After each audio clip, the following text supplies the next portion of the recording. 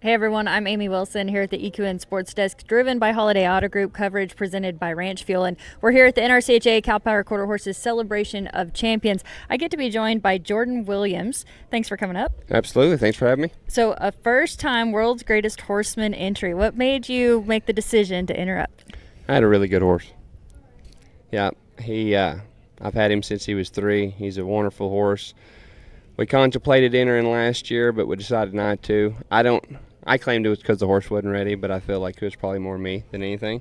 And so we didn't, and then I showed him in all the open bridle specs at the majors this year, and he proved himself to be competitive, so I thought, why not? Yeah, this horse is James Bond, an 8-year-old stud.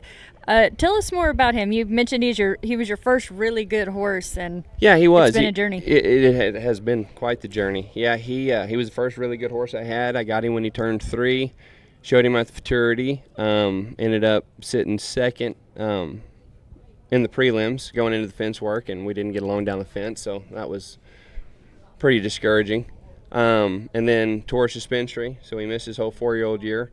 And then as a 5-year-old, we made the finals at all the majors, and that horse would put us in a great spot going to the fence work, and I'd mess it up. We just had some trouble down the fence, and it was tough because it was such a great horse, and for me, it's a lot of this is about the horses. You want those good ones to be recognized and appreciated. So it was pretty disheartening for me because I felt like that horse got shorted. Mm-hmm. But through all of it, he was so forgiving and allowed me to continue to grow, and he put me in some of the biggest moments I had ever experienced in my career. And yeah, I didn't end up like we wanted it to, but through it all, it was a blessing, and then here we are. And yeah, it's just super exciting because I love that horse. He's taught me so much. And yeah, I just feel super blessed to be able to be here, really. Yeah, and now you're getting to ride some of his babies too, right? Yeah, we're riding some of his babies, and so far I'm liking them. So that's good. Always exciting. So you mentioned he might have been ready. You didn't feel quite ready. What was the moment that you feel like you got to that point where you had the confidence to be a part of the World's Greatest Horseman? Well, so that horse, when I showed him in the 2 rein, he was really good. And I double entered, I want to say it was Scottsdale. Mm-hmm. And I entered the Run for the Million qualifier and the open bridle spec. Well, 2 rein, you get to run your fingers through there, and in the open bridle, you have to have a closed fist. So when I made the transition, I thought we were ready, and there were some spots in there that I didn't have him near as broke as I thought I did. And so there was some of that at play. I did work on it, obviously, from there, but it just wasn't quite where I felt like we needed to be. And the thing of it is, I didn't want to put that horse in a position that he wasn't ready for, nor myself. And so it was one of those things like, well, let's just go show him in the open bridle for a full year. Let's kind of get some momentum, get some confidence, and come enter. So you won a big event, and the confidence was there, and you entered. Well, we're excited that you're here, and it's off to a great start. A 2:22.5 in the herd work, a 2:22 in the rein. So let's take a look at that herd work, and you can tell us all about it as we watch it. Yeah, so this is a Hereford that we really liked. She was in a great spot, so I knew as soon as started walking down there, that's where I was going to start. And this horse is just so much fun. He's so cowy. He just... So pretty too. Yeah, he is. He just has such a look about him, such a presence. Yeah, he's just such a good horse. Yeah, this is another cow that we liked.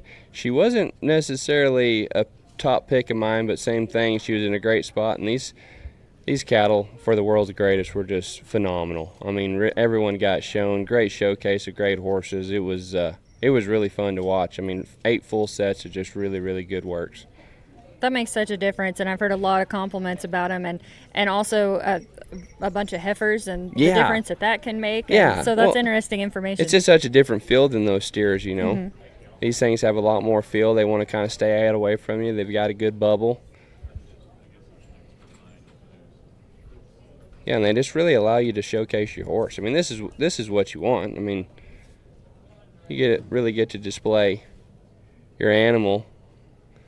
Sometimes it gets tough, like on those steers, they can get a little tight, and and so they're right on top of you, and so we don't get to show them as loose as we'd like. So when we get to work those heifers that stay off away from you, you really get to show your horse, and it's a lot of fun. I'm sure that felt really good. Did you expect the 222.5? Does it sound bad if I said it didn't surprise me? Like, that horse is just, it doesn't sound bad. If you get tapped off, or if he gets tapped off on good cattle, I mean, that horse can do so many cool things. He's just, I mean, like I said, you watch him and you're drawn to him. So no, I felt really good about the run. He felt accurate. You know, there wasn't anything that stood out in my mind. So yeah, I mean, obviously you hope for a big score, and he felt good. So yeah, we were very fortunate, really. Yeah, that's awesome. I didn't know, as you're going through it all, what's going through your mind as far as the numbers, and then when they announce it, I think that has to be a cool moment. Oh yeah, it's definitely a cool moment. I really didn't even think about the score, because truthfully, we accomplished what we set out to do, and that was to cut 3 good cows and stay between them and the herd, and that's what we were able to accomplish. But yeah, so the score never really crossed my mind. I just knew it was like, you know, we did our job, so ultimately it's up to them anyway. Yeah, so. Off to a great start with great scores, very consistent. So with the other 2 to come, what's on your mind? I'm just going to keep trying to have fun with it. Yeah, I'm trying not to think about it a whole lot. Said my horse feels ready, and we've put in the time and the effort, so I'm just going to let it be what it's going to be. I'm sure you've watched the finals over the years of World's Greatest Horseman. Absolutely. As you've been watching that, envisioning yourself being in one of those positions, take us through that. Yeah, I mean, this is a Cowboys event. I mean, you get to add the steer stopping in it, and I haven't competed in it in the World's Greatest before, and I haven't roped a lot, you know, as far as backing in the box and out of the chute, but we roped a bunch growing up. I mean, that's what we did. That was fun. So yeah, this is just, that's just makes it even more fun. Like I said, this is a Cowboys event, and I've been dreaming of this moment, and like I said, I didn't want to enter unless I felt like I had a horse that was sure enough competitive. And yeah, I mean, without a doubt, James Bond has been awfully good for me. Yeah, you definitely have that horse, and I can tell how much you love it. You mentioned roping a little bit when you were younger. How did you get into showing horses?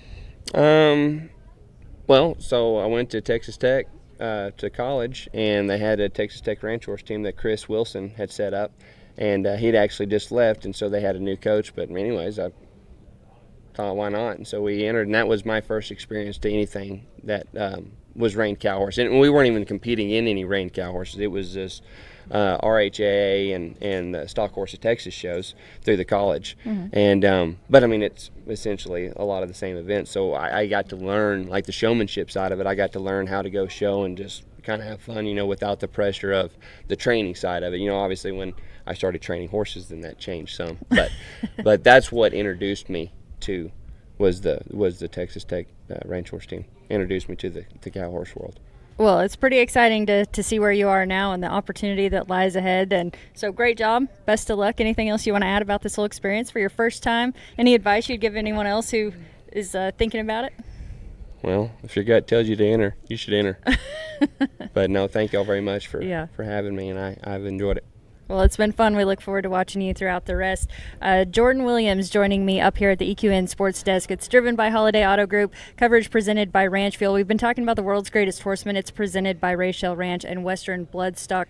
So we'll continue to bring you more from right here at the NRCHA Cow Power Quarter Horses Celebration of Champions. I'm Amy Wilson. Thanks so much for watching.